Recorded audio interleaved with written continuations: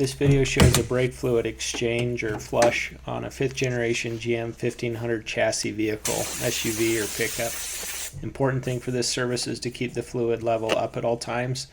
That reservoir is kind of hard to see where the line is. It's in the back, and if you shine a light in it, it's a little easier to get an idea of level. You want to make sure that this area is really clean so you don't contaminate the fluid in the reservoir with the open cap as you fill it. So I'm topping it off here to full with some .4 brake fluid.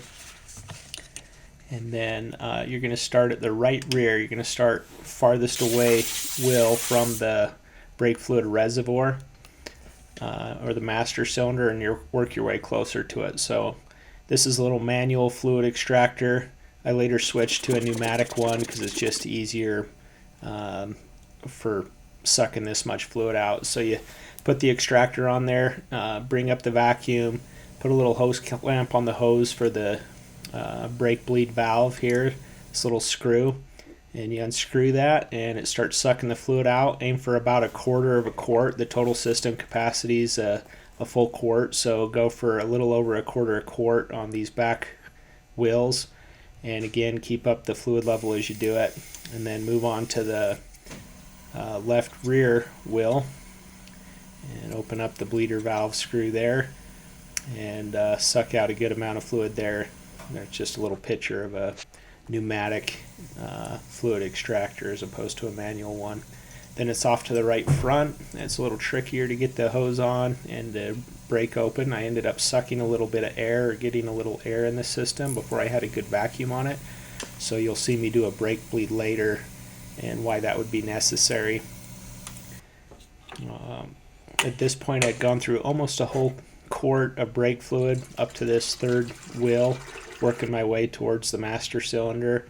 So I combined my 2 cans here for easy pouring and then filled it up again to full, and then opened up that last bleeder on the left front wheel.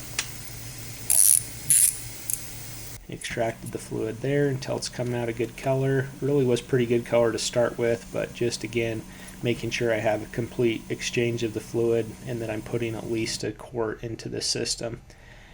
Then it's topping it off. This is 3 times normal speed. As you're filling it up as you go, it takes quite a while to keep the master cylinder flow. It bubbles down and you got to give it some time. So I filled it up all the way, pumped the brake. It took in quite a bit of fluid. And then I started it up, and the system can detect if you got air in the system, and the air doesn't compress the same as fluid, and so the pedal will feel soft and spongy, and so it gave a couple of warnings on the dash.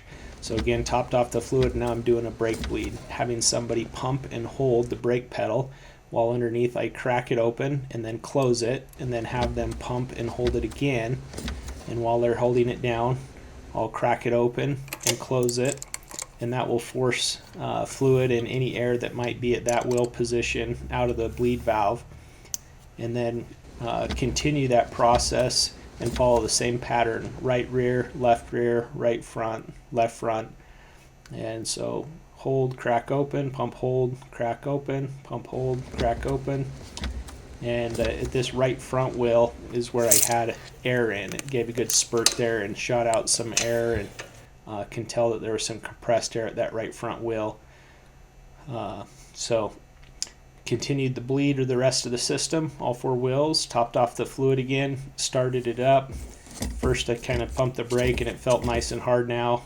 Didn't have the soft spongy feel, and no more warning lights, worked as it should. You can go in and clear the codes or erase them, but it won't be necessary if there's not air in the system. It'll automatically clear those warnings on the dash. And then cleaning up the brake fluid, it can be really caustic to paint on the wheels and the fenders and the body anywhere, so hit that with some good degreaser and clean it all up. And that's a brake fluid flush. I hope you found that useful and that you like and subscribe.